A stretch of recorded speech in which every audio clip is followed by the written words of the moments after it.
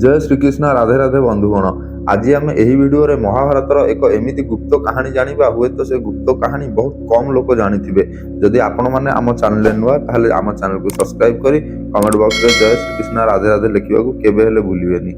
महाभारत युद्ध रे पांडव माने विजय होला परे अर्जुन मन बहुत उदासी रहुतिला।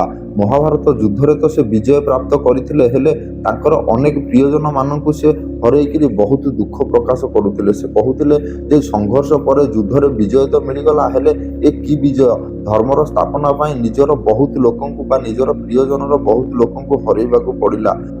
कुरुक्षेत्र युद्ध रे महाभारत सरिला परे जेतबेले प्रभु श्रीकृष्ण हस्तिनापुर द्वारिका जीवाई बाहर तो अर्जुन मन बहुत दुख थाए कहीं से एत सब हरई सारी निजर प्रियजन। एपटे स्वयं प्रभु श्रीकृष्ण माधव जो द्वारिका चली जाऊँ अर्जुन मन केड़े दुख थी।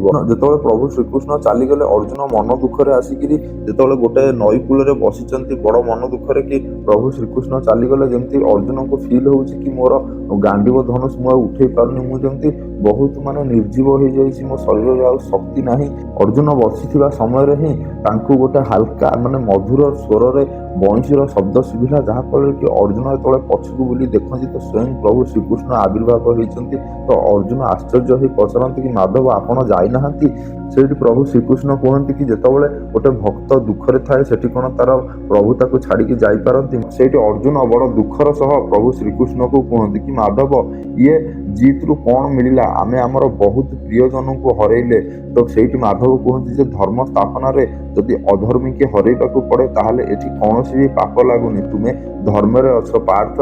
तापर प्रभु श्रीकृष्ण जो अर्जुन को बुझाऊँ कथबार्ता होती से अर्जुन प्रभु श्रीकृष्ण को कहते कि माधव कहतानी एमती कि आमे दु जण सांग ही रुहते तुम्हें मत छाड़ी जाओनी माधव मत एमती लगुच कि जमी मु शक्तिहीन हो जाइए मु मो गांडीव उठे पारनी जमी मत लगुच कि आपण जीवा सहित मोर शक्ति सब भी आपण नहीं चली जाउछंती। से प्रभु श्रीकृष्ण अर्जुन को कहते कि जदि तुम्हें सत्य धर्म न्याय चलो ताहले तुम गांडीव शक्तिशाली हम आ जदि तुम्हें अहंकार भय आउ क्रोधर चलो भयर चलो ताहले तुम गांडीव निर्जीव हो तुम गांडीव शक्ति रही जदि तुम धर्म रही सदा सर्वदा तुम गांडीव शक्तिशाली रही जितेबाला प्रभु श्रीकृष्ण जीवाक बाहरती अर्जुन प्रभु श्रीकृष्ण पाद धरी पड़ जाती कि सखा मत छाड़ी जाओ ना आपड़ चलीगले मुझे कौन करी। से प्रभु श्रीकृष्ण अर्जुन को कहते कि पार्थ मु केबे हेले भक्त को छाड़ी जाएनि भक्त मत छाड़ी चली जाती किंतु प्रभु श्रीकृष्ण कहते कि पार्थ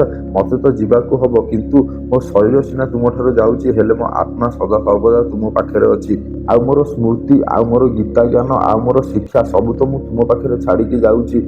यह कही प्रभु श्रीकृष्ण सेठू चली जाइथिले।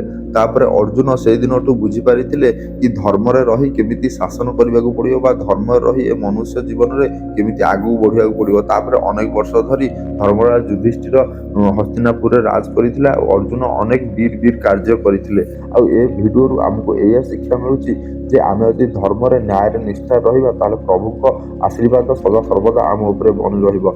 जदि आपण मानक भिडियोटी भल लगी थाए ताले आम चैनल को सब्सक्राइब करी कमेंट बॉक्स रे जय श्रीकृष्ण लिखा केबे हेले भूलिबेनी।